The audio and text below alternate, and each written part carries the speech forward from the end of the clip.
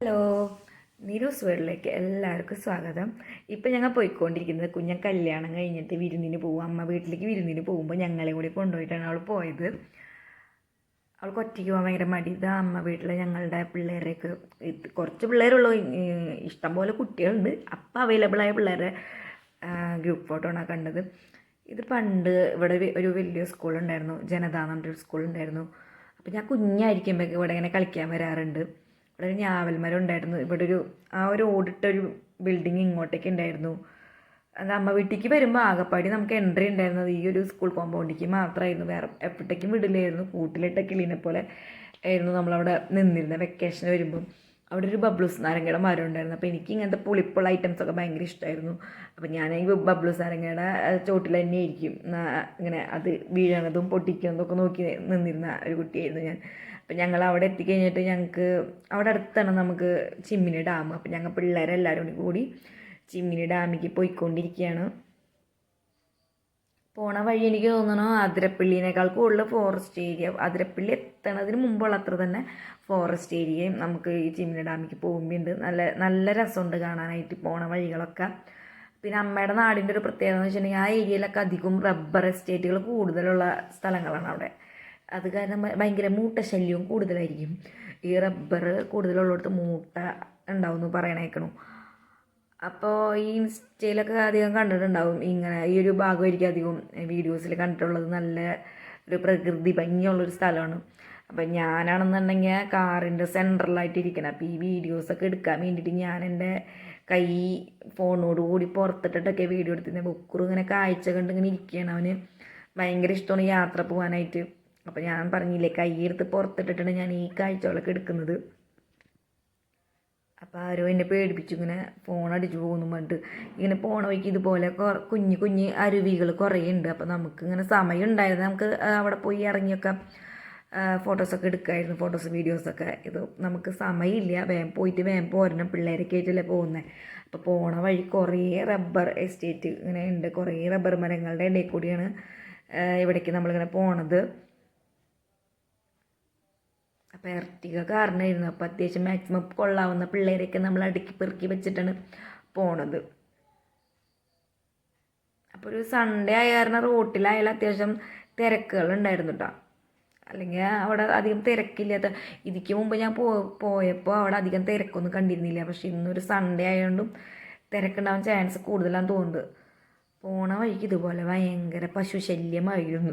പശുക്കളിങ്ങനെ മേയാൻ വിട്ടിട്ട് റോഡ് മൊത്തം അവർ ഉപരോധിക്കുകയായിരുന്നു. ഞങ്ങളുടെ കാറ് പോകാണ്ട് കുറച്ച് നേരം ഞങ്ങളിങ്ങനെ പശുവിൻ്റെ സൗകര്യത്തിനാണ് ഇങ്ങനെ പോയിക്കൊണ്ടിരുന്നിരുന്നത്.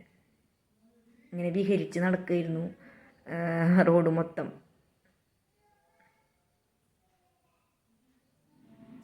ഇപ്പോഴൊക്കെ ഞാനിങ്ങനെ ഫോണ് പിടിച്ചിങ്ങനെ കൈ പുറത്തിട്ട് ഇങ്ങനെ ഇരിക്കുകയാണ്.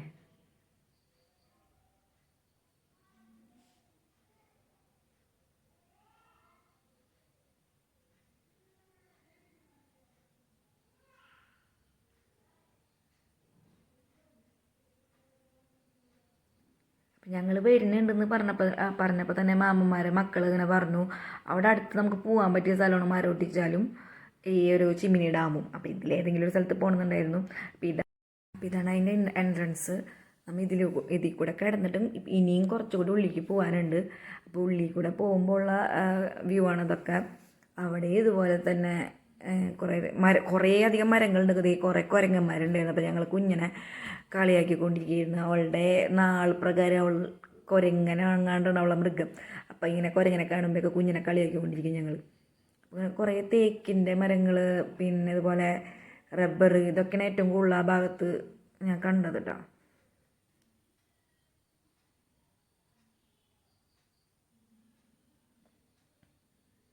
ചെറുതായിട്ടൊക്കെ ഒരു മഴയൊക്കെ പെയ്തിട്ടുള്ളൊരു അന്തരീക്ഷമായിരുന്നു. ചൂടധികം നമുക്ക് തോന്നിയില്ല. നല്ലൊരു കാർമേഘം ചെറുതായിട്ട് മൂടിക്കെട്ടിയൊരു അന്തരീക്ഷമായിരുന്നു.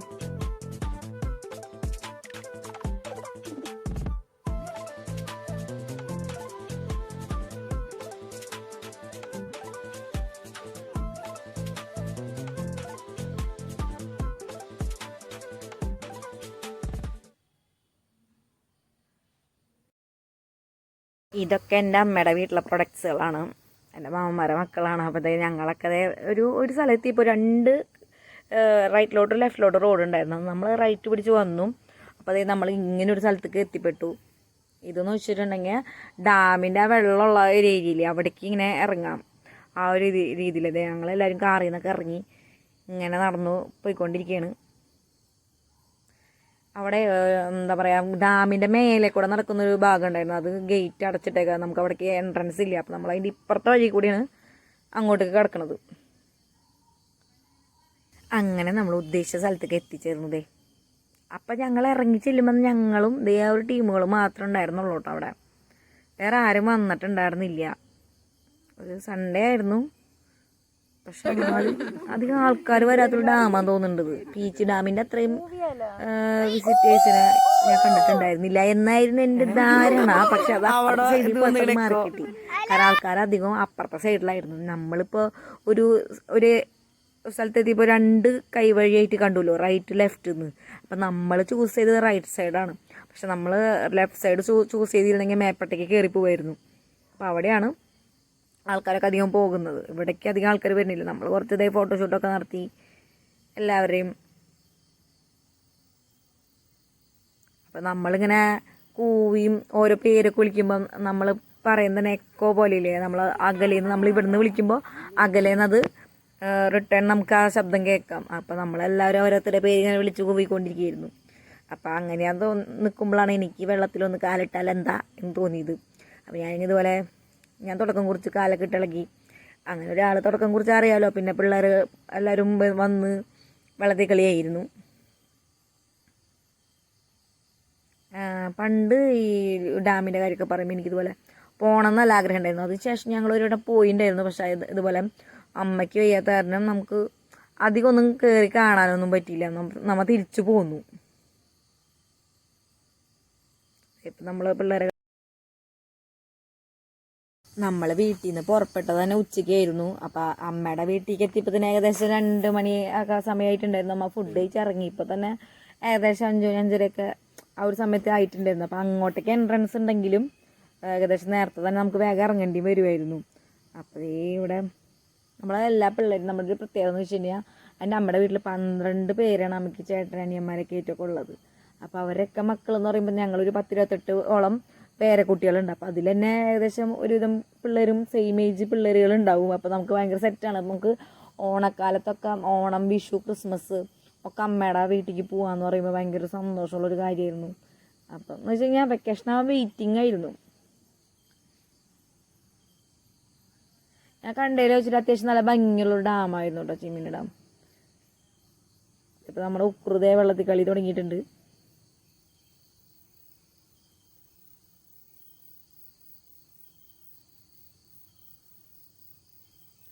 അങ്ങനെ നമ്മൾ ഇവിടെ നിന്നത് മതി എന്ന് വിചാരിച്ചിട്ട് നമ്മൾ നേരത്തെ നമ്മൾ റൈറ്റ് ലെഫ്റ്റ് എടുത്ത ആ സ്ഥലം ഉണ്ടല്ലോ, നമുക്ക് ലെഫ്റ്റിലോട്ട് പോയി നോക്കാതുകൊണ്ട് ഞങ്ങളൊക്കെ തിരിച്ച് നടക്കുകയാണ്. അപ്പം ഇവിടെ എങ്ങാണ്ട് മഞ്ജുവാരെ എങ്ങാണ്ട് ഷൂട്ടിങ്ങിന് വന്നിട്ടുണ്ടായിരുന്നു പറഞ്ഞായിരുന്നു. ഞാൻ ഒരു സ്പോട്ടിക്ക് എന്നിട്ട് അവിടെ ഇപ്പോൾ എത്ര കാര്യമായിട്ടുള്ളതെന്ന് അറിയാൻ വേണ്ടി അവിടെ വരെ ഒന്ന് പോയി നോക്കി. അപ്പോൾ അവിടെ പ്രത്യേകിച്ചൊന്നും ഇല്ല, ഒരു കുളവും ഒരു കുഞ്ഞി വഴി പോലെ കണ്ടു. ബാക്കി എൻ്റെ പിള്ളേരൊക്കെ പോയ കാരണം ഞാനും വേഗം പെട്ടെന്ന് നടന്നതാണ്. എൻ്റെ ചെരുപ്പും പൊട്ടി, കാരണം വെള്ളത്തിലിറങ്ങി കാല് നനഞ്ഞിട്ടുണ്ടായിരുന്നു. അപ്പോൾ ഞാൻ തെക്കും തിരക്ക് വിളിച്ച് ഓടിയപ്പോൾ എൻ്റെ ചെരുപ്പും പൊട്ടി കാരണം അതങ്ങനെ ഒരു തീരുമാനമായി. ഇതേ ഞങ്ങൾ എന്നിട്ട് തിരിച്ച് മറ്റേ വഴിക്ക് കയറാമെന്ന് വെച്ചിട്ട് വരികയാണ്. ഇതാണ് കാറിൻ്റെ ഉള്ളിലെ. അപ്പം ഞാനിങ്ങനെ വ്ളോഗ് എടുക്കാന്ന് പറഞ്ഞപ്പോൾ അവരിങ്ങനെ കമൻസ് ഇട്ടുകൊണ്ടിരിക്കുകയാണ്. അങ്ങനെ നമ്മൾ മറ്റേ ടോപ്പിലേക്ക് എത്തി, അപ്പുറത്തെ സൈഡിലേക്ക് എത്തി ഡാമിൻ്റെ. അപ്പോൾ വണ്ടി പാർക്ക് ചെയ്യാൻ വേണ്ടിയിട്ട് നമ്മളിവിടെ ഇങ്ങോട്ടേക്ക് പോകുന്നത്. അങ്ങനെ നമ്മൾ ഡാമിൻ്റെ അവിടേക്ക് നടന്നുകൊണ്ടിരിക്കുകയാണ്. ശരിക്കും എല്ലാവരും ഈ വഴിക്ക് വരിക, പക്ഷെ നമ്മൾ ഏറ്റവും കാണാൻ ഭംഗിയുള്ളത് ആ വഴിയായിരുന്നു. നമ്മൾ ഫസ്റ്റ് അങ്ങോട്ടേക്ക് പോയത്. ഇവിടെയും കാണാൻ നല്ല രസമുണ്ട്. പിന്നെ നമുക്ക് സമയമില്ലാത്ത കാരണം നമ്മളവിടെ ഗേറ്റ് അടവ് കിട്ടിയെന്ന് പറഞ്ഞില്ല അപ്പുറത്ത്. പക്ഷെ നമ്മൾ ഇതിൽ കൂടെ നടന്നു പോവുകയാണെങ്കിൽ നമുക്ക് അത്യാവശ്യം ഡാമിൻ്റെ മേലെ കൂടെ നടന്നു പോകാം. പക്ഷെ നമുക്ക് സമയമില്ലാത്തതിൻ്റെ പേരിൽ നമ്മളിത് ഈ പോണ പോക്ക് നമ്മൾ തിരിച്ച് ഇങ്ങനെ നിന്ന് അകലേക്ക് നോക്കിയിട്ട് തിരിച്ച് സൈഡിലേക്കാണ് നമ്മൾ പോയിക്കൊണ്ടിരിക്കുന്നത്. അവിടെ സൈഡും അത്യാവശ്യം നല്ല രസമുണ്ട് കാണാനായിട്ട്. കുറച്ച് മരങ്ങളും തണലൊക്കെ ഉണ്ട് അവിടെ. പക്ഷേ അവിടെ നമ്മൾ ആരുമില്ല എന്ന് വിചാരിച്ചെങ്കിലും ഇവിടെ ഒരുപാട് ആൾക്കാരുണ്ടായിരുന്നു. ഇവിടെ ഒരു കോഫി ഷോപ്പൊക്കെ ഉണ്ട്. അപ്പോൾ അത്യാവശ്യം നമുക്ക് വരുമ്പോൾ എന്തെങ്കിലുമൊക്കെ കഴിക്കാൻ തോന്നിയാൽ ഈ കോഫി ഷോപ്പിൽ പോകാവുന്നേ ഉള്ളൂ.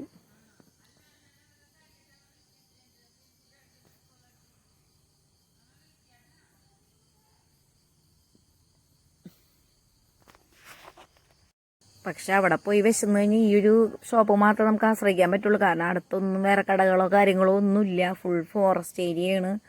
പിന്നെ നമ്മുടെ ഫോണിന് റേഞ്ചും ഉണ്ടാവില്ല. അപ്പം ഞങ്ങളുടെ വക ഒരു ചോക്കോബാർ എല്ലാവർക്കും,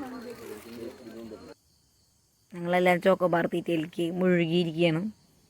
കാരണം നമുക്കിനി ഇതേ വഴിയുള്ളൂ. കാരണം നമുക്ക് ഇനി അധികം നേരം നിൽക്കാൻ സമയമില്ല. നമുക്ക് ഇതുപോലെ തന്നെ തിരിച്ച് വീട്ടിലേക്ക് പോയിട്ട് വേണം പിന്നെ നമ്മളെ വീട്ടിലേക്ക് പോകാനായിട്ട്. അപ്പോൾ നമ്മളിങ്ങനെ ചോക്ലേറ്റ് അല്ല ചോക്കോബാറും കഴിച്ച് തിരിച്ച് നടക്കുകയാണ്. ഇതിനിടയ്ക്ക് നമ്മൾ കുറച്ചൊരു കുഞ്ഞ് റീലൊക്കെ എടുത്തിട്ടുണ്ടായിരുന്നു കേട്ടോ. നമ്മളിങ്ങനെയൊക്കെയല്ല കസിൻസ് കൂടുള്ളൂ.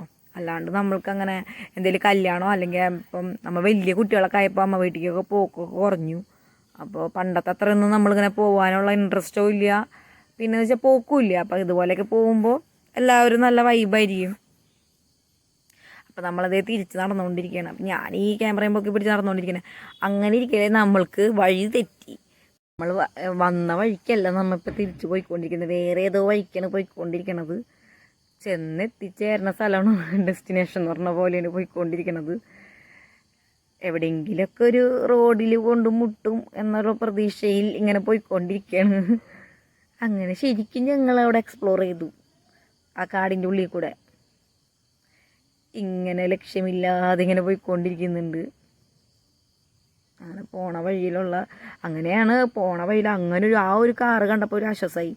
പിന്നെ നമ്മൾ മറ്റേ വഴി കൂടെ വന്നിരുന്നല്ലോ, നമ്മൾ റൈറ്റ് എടുത്ത് വന്നില്ലേ, ആ വഴിയിനോട് ചെറിയൊരു സാമ്യം എവിടേക്കോ കണ്ട കാരണം ചെറിയൊരു ആശ്വാസത്തിൽ ഇങ്ങനെ മുന്നോട്ട് പോയിക്കൊണ്ടിരിക്കുന്നത്. ഏറ്റവും അത്ഭുതമായി തോന്നിയത് ഈ ഓണങ്കറ മൂലയിൽ പോസ്റ്റ് ഓഫീസൊക്കെ ഇരിക്കുന്നു. ഒരു ഫോറസ്റ്റ് ഏരിയയാണ്. ഒട്ടും നമുക്ക് റേഞ്ച് ആരുടെയും ഫോണിൽ നമ്മളെ വിളിച്ചാൽ കിട്ടില്ല.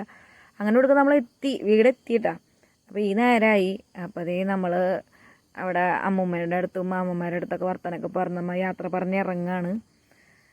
അപ്പോൾ നമുക്ക് നേരെ വീട് പിടിക്കണമല്ലോ. അപ്പോൾ നമ്മളത് കാറിൽ കയറി പുറപ്പെട്ടു. അപ്പോൾ നമ്മുടെ വീഡിയോ ഇഷ്ടപ്പെട്ടവർ ലൈക്ക് ചെയ്യുക, സബ്സ്ക്രൈബ് ചെയ്യുക. ടാറ്റാ.